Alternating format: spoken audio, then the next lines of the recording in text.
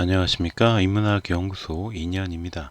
이번 시간에도 한국사 미스터리 두 번째 조선시대 왕들의 의심스러운 죽음 그 7번째 이야기 정조에 대한 이야기를 하는 시간을 갖도록 하겠습니다.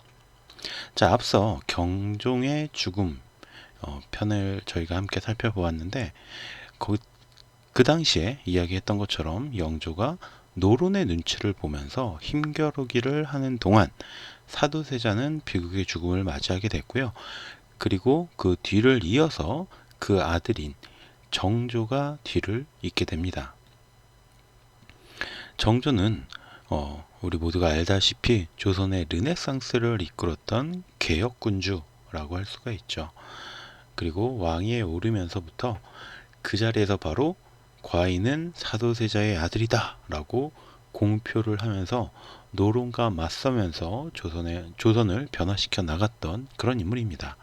그가 개혁의 기치를 내걸면서 주도했던 정책들은 사실 당시의 집권 세력이었던 노론을 견제하는 장치로 훌륭했으니 이미 이른바 노론 세력도 누르고 백성들도 살기 좋아지고 왕권은 강화되는 일석삼조의 효과를 누렸던 것으로 생각해 볼 수가 있습니다. 그래서 우리가 세종대왕과 더불어 우리나라에 딱 둘밖에 없는 대왕, 정조대왕이라고도 부르곤 하죠. 정조어진 같이 보셨고요. 광개토 대왕은 워낙 오래전 사람이니까 제가 한번 그런 얘기를 했다가 광개토 대왕 얘기를 안 했다고 왜 2명뿐이냐 3명 아니냐 뭐 이렇게 얘기를 했는데 어쨌든 조선시대를 한정 지어서 말씀드린 거고요. 자, 어쨌든 우선 그는 국가의 정사를 총괄하던 비변사의 기능을 제약하기 위해 규장각을 설립하게 됩니다. 당시 비변사는 국가의 정사를 문무 대신들이 모여서 합의하는 합의체였어요. 하지만 이미 노론의 소나기에 들어간 지 오래된 상태였고요. 그래서 정조는 학문기관이자 도서관인 규장각을 새롭게 만들어서 그곳에서 일을 하게 된 서울 출신의 박제가, 이덕무, 유득공 등과 함께 정사를 논의하면서 비변사의 역할을 제안하고 서울들에게도 어떤 출사의 기회를 열어준 겁니다. 그리고 초계 문신제를 시행해서 이미 과거에 급제한 37세 이하의 관리들을 40세까지 재교육하는 시스템을 도입했고, 그래서 이들과 정사를 논하면서 점차 자신의 세력을 확대해 나갑니다. 자, 그러니까 노론을 견제하는 한편 새로운 이제 신진 세력들을 육성하는 거예요. 그리고 그 세력들을 자기 밑으로 끌어들이는 거죠.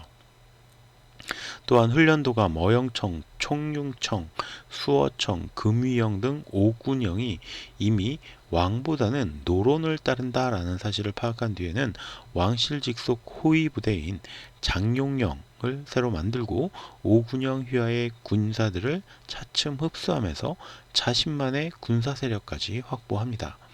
자, 결국 싸움이 일어나면 앞장서서 싸워야 되는 사람들이 있잖아요. 아무리 우리가 앞에서 살펴본 것처럼 뭐 규장각을 설립하고 그리고 뭐 초계 문신제를 통해서 새로운 어떤 세력들을 자신의 밑으로 걷어들인다고 해도 이 사람들은 문신이죠. 실질적으로 칼을 들고 싸울 수 있는 세력들이 필요했던 겁니다. 그래서 장용령이란 것을 만들었다라는 것이고, 그러면서 그쪽으로 다른 오군영의 세력 병사들을 흡수해 나가면서 오군영의 힘은 축소시키고 장용령의 힘은 키워나가는 그런 선택을 한 겁니다. 그리고 노론의 정치 자금으로 흘러 들어가는 상인들의 뒷돈을 막기 위해서 시전 상인들의 금난 정권, 그러니까 난전의 상행위를 금지시키는 권리를 철폐하는 신의 통공을 실시하기도 했습니다. 자, 그러니까 힘 있는 상인들이 어떤 난전이라고 하죠. 그런 것들을 하지 못하게 막아버리는 그런 권한을 갖고 있었다는 거예요. 금난 정권을. 그걸 이제 정조가 철폐하면서 이 힘 있는 상인들의 세력도 약화시키고, 그리고 좀 힘이 없는 소상공인이라고 할 수 있겠죠. 요즘 같은 경우에는 그 사람들에게 또 힘을 실어주는 정책까지 펼친 겁니다. 자, 이게 정조대왕의 이야기를 다뤘던 드라마, MBC 드라마 이산에서 가져온 정조의 사진이고요. 그리고 무엇보다 이렇게 강화된 왕권을 바탕으로 직접적인 노론의 숙청도 실시를 하는데, 사도세자의 죽음에 적극 가담하면서 자신의 왕위 계승을 반대했던 정후겸이나 홍인한, 김기주 등을 숙청하면서 노론 세력을 직접적으로 압박하기도 했습니다. 그런데 바로 이런 것들이 정조를 죽음으로 몰고 갔다라는 추측도 꽤 많았습니다. 노론의 입장에서 정조가 그야말로 눈의 가지와 같은 존재가 되어버렸기 때문이죠. 실제로도 사도세자의 죽음에 적극적이었고 영조의 즉위에 반대했던 노론들은 수차례나 정조를 암살하거나 반란을 하기 위한 시도를 벌입니다. 그래서 암살 시도, 반란 시도가 꽤 많이 있었다라는 게 역사적 사실이에요. 임금이 어느 날이나 파조하고 나면 밤중이 되도록 그를 보는 것이 상례이었는데, 이날 밤에도 조녕각에 나아가 촛불을 켜고 책을 펼쳐 놓았고 곁에 내시한 사람이 있다가 명을 받고 호위하는 군사들이 직숙하는 것을 보러 가서 좌우가 텅 비어 아무도 없었는데, 갑자기 들리는 발자국 소리가 보장문 동북 쪽에서 회랑 위를 따라 은은하게 울려왔고, 어좌의 중류쯤에 와서는 기와 조각을 던지고 모래를 던지어 쟁그랑거리는 소리를 어떻게 형용할 수가 없었다. 임금이 한참 동안 고요히 들어보며 도둑이 들어 시험해보고 있는가를 살피고서 친히 환시와 앵레들을 불러 횃불을 들고 중류 위를 수색하도록 했었는데, 기와 쪽과 자갈, 모래와 흙이 이리저리 흩어져 있고 마치 사람이 차다가 밟다가 한 것처럼 되어 있었으니 도둑질하려 한 것이 의심할 여지가 없었다. 정조 1년 7월 28일의 기록입니다. 자, 이게 무슨 소리냐면, 간략하게 정리를 해보자면 정조가 밤늦게까지 책을 읽고 있었는데 이 정조를 호위하던 군사들이 모두 사라지고 수상한 발자국 소리가 들려서 정조가 직접 수색까지 벌였다라는 내용입니다. 그러니까 이때는 장룡령이 제대로 설치되고 활용되기 전이었겠죠. 정조 1년이니까. 자, 임금을 지키는 호위무사가 사라지고 수상한 발자국 소리가 들렸다? 누군지 모를 어떤 정조의 암살자가, 내부의 호응자가 함께 있었다라는 거죠. 내부의 호응자가 정조의 어떤 호위병력을 물리고 그때를 노리고 암살자가 들어왔었다라고 추측해 볼 수 있는 내용입니다. 그러나 정조가 스스로 굉장히 무예가 뛰어났다고 해요. 그래서 숨거나 도망치거나 한 게 아니라 직접 횃불 들고 나가가지고 한번 붙어보자 뭐 이런 식으로 찾아 나선 거죠, 암살자를. 그러니까 암살자는 도망을 간 거고, 신들이 어제 이후로는 마음과 정신이 두렵고 떨리며 생각이 가지 않는 데가 없었습니다. 시어서는 너무 겉으로 드러나기에 간사한 못된 무리들이 엿보거나 난입하기에는 곧 첩경과 같은 데입니다. 또한 이 대궐은 곧 조정조의 한때에 이궁에 지나지 않은 데로서 본시 오래 계시던 곳이 아닙니다. 지난 숙묘 을면연에는 두 혼전을 모시고 경덕궁으로 이어하셨다가 그 다음 11월에는 또한 창덕궁으로 이어했으니 시급히 이어하시기로 명을 내리는 것이 곧 신들의 소망입니다. 중략하고요. 차자 내용에 진달한 말을 듣고 보니 매우 놀랍고 괴이한 일이다. 대낮에 통구의 묵미에다 방을 걸었음은 무리를 불러 모으려고 도모한 것이고, 저문 밤에 영항의 지붕에서 병개를 부린 것은 또한 불축한 흉계이다. 혹은 인압을 위조하기도 하고 혹은 고의로 돈을 흩어놓기도 했으니 참으로 이른바 그전에는 있지 않았던 일이다. 포도대장들을 엄중하게 추구하는 일을 어찌 그만둘 수 있겠는가마는 아직 처분을 내리지 않았음은 다만 시한을 넉넉히 늦추어 기어코 잡아내게 하려는 것이다. 환호하기를 청한 일에 있어서는 3년 아니라는 것에 구애할 것 없음이 분명하게 숙종 원년에 2차례에 걸친 사례가 있었고 대신도 이미 주청하였는데 또 경에 차자도 올라왔으니 소청한 대로 예조에게 길이를 가리도록 명하겠다. 정조 1년 7월 31일의 기록입니다. 자, 그러니까 그 바로 이틀 전에 그런 사건이 일어나니까 조년각, 그러니까 경희궁의 편전인 흥정당 남행각에 위치한 세자가 독수하던 건물에서 불미스러운 일이 일어난 것에 대해서 신하들이 거기는 원래 왕이 머무는 데가 아니니까 그런 일이 일어났을 거다. 그러니까 빨리 제대로 왕이 머무는 곳으로 거처를 옮겨달라라고 신하들이 청했고 정조 역시 처음에는 뭐 굳이 그럴 필요 있냐라고 반대하다가 나중에는 그래 그러면 좋은 날 잡아서 옮기도록 하자라고 명했다라는 내용입니다. 홍지애의 조카 홍상범이 신에게 종용하기를 자네가 궁색하고도 곤란한 처지인데 내 말을 들어준다면 마땅히 좋은 벼슬을 띠게 될 것이다 하였기에 신이 발신하기에 급하였습니다. 7월 28일에 신은 철편을 끼고 전응무는 칼을 끼고서 몸을 숨기어 대궐에 들어가 강계창과 강월해를 만나 차비문 길을 가리키도록 하여 조년각 위에 올라가 기미를 보아 반역하려고 하다가 대궐 안이 물 끓듯이 하게 되었기에 각자 도망쳐 돌아왔습니다. 정조 1년 8월 11일.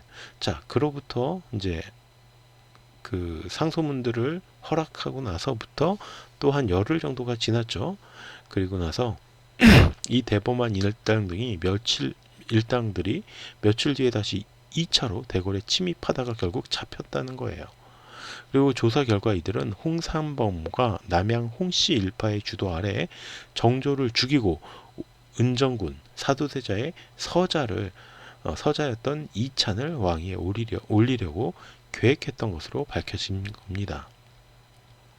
이 사건을 주도한 홍상범은 판중추부사 홍계이의 손자로 홍씨 일파는 사두 세력의 죽음에 적극 동조했던 전적이 있었기 때문에 정조의 즉위 때부터 정조의 어떤 즉위를 반대했었고 해경궁 홍씨의 일파인 풍산 홍씨들도 일부 참여한 대규모 역변이었다라는 거죠. 조사 결과 홍상범의 아버지인 홍수래의 아내는 무당을 시켜 정조를 저주한 일까지 밝혀지면서 엄청난 파국을 불러일으키게 됩니다.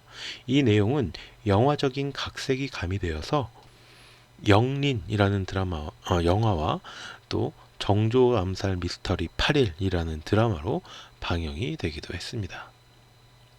자, 역사 속에 감춰졌던 숨막히는 24시간 영린 포스터 롯데엔터테인먼트에서 갖고 왔고요.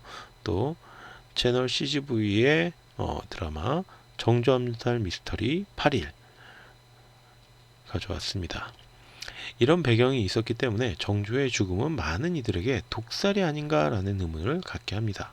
우선 정조 역시 조선 왕들의 고질병 중의 하나인 종기를 앓고 있었다고는 전해집니다. 하지만 정조실록에 따르면 정조는 치료를 받으면서 정사를 돌보고 평상시처럼 활동하는 등 이 병세가 그리 깊지 않았다라는 것을 우리가 짐작해 볼 수 있어요. 그런데 1800년 5월 정조는 오희영교라는 것을 발표하게 되는데 간단히 정리하자면 아버지 사도세자의 죽음과 관련된 인물들은 용서를 빌어라. 그리고 새로운 인물을 재상으로 등용할 것이다. 이 두 가지 발표였어요. 이것은 당연히 노론들에게는 청천벽력과 같은 발언이었는데 당시 대부분의 노론 인사들은 사도세자의 죽음에 찬성을 했던 사람들이고 정권을 당시에 잡고 있던 건 역시 노론 세력이었기 때문이죠. 그런데 바로 이 오희영교 발표 다음 한 달 만에 정조가 사망하게 된 겁니다. 정조는 등에 난 종기를 치료하기 위해서 처음에는 붙이는 약을 사용했지만 효과가 없었고 내의원 제조 서영보를 대신하여 백성일, 정운교 등에게 진찰을 받아서 다시 처방을 받게 됩니다. 그리고 여러 차례 내의관들을 바꿔가면서 새로운 연고를 붙이다가 마침내 연운방이라는 치료법을 사용했다고 전해집니다. 일종의 증기치료로서 왕의 몸에 칼을 댈 수가 없었기 때문에 증기를 이용해서 종기를 치료하는 그런 방식이었다고 해요. 그런데 오이영교 발표 보름 뒤에 이런 치료 도중에 정조가 쓰러지게 됐고, 그리고 다시 보름 뒤에 정조는 사망하게 됩니다. 이날 유시에 상이 창경궁의 영춘헌에서 승하하셨는데 이날 햇빛이 어른거리고 삼각산이 울었다. 앞서 양주와 장단 등 고을에서 한창 잘 자라던 벼포기가 어느 날 갑자기 하얗게 죽어 노인들이 그것을 보고 슬퍼하며 말하기를 이것은 이른바 거상도이다 하였는데 얼마 안 되어 대상이 났다. 정조 24년 6월 28일의 기록입니다.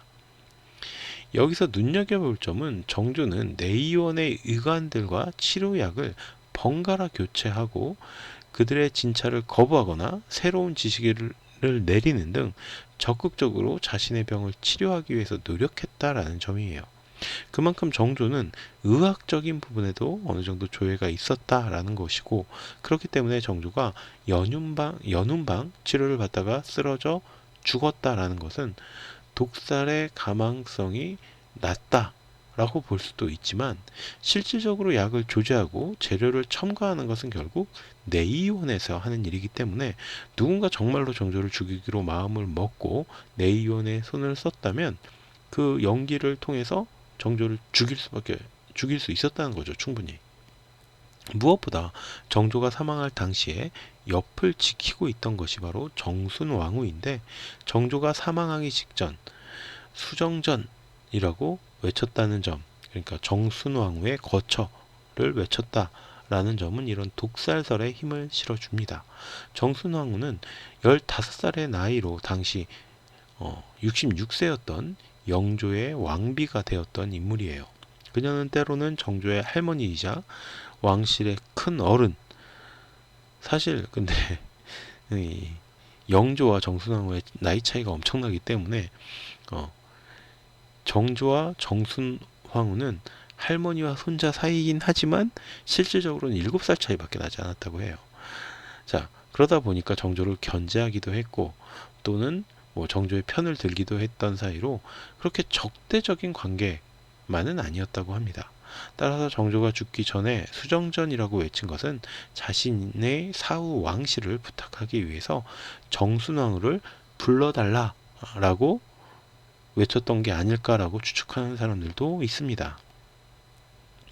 자, MBC 드라마 이산에서 정순왕후의 모습이고요. 하지만 정순왕후의 오라버니는 서두에서 숙청을 당했던 김귀주였습니다. 제가 앞에서 처음에서 이야기했던 인물이죠. 당연히 정조와 정순왕후 사이가 좋을 수만은 없었고요. 또한 결과적으로 정조가 사망한 뒤에 대왕 대비가 되어서 순조를 대신해 3년 동안 수렴청정을 실시하는데 엄청난 국정 장악력을 보이면서 정조가 만들었던 국왕친위대 장용령을 폐쇄했고요. 조선 내의 가톨릭 신자들에 대한 신유 박해를 벌이기도 했습니다. 노론 중에서도 벽파의 세력과 손을 잡고 정권을 주도해 나갔는데, 이 벽파 세력이 정조와 가장 많은 갈등을 빚었던 세력이고요.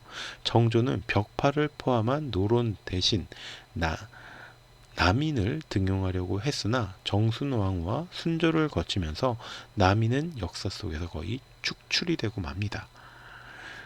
자, 가장 많이 이득을 보았고, 그리고 정조가 추진했던 것들을 모두 없고 정조가 쳐내려고 했던 노론들과 손을 잡고 정권을 주도해 나갔던 게 바로 정순왕후였다는 거죠.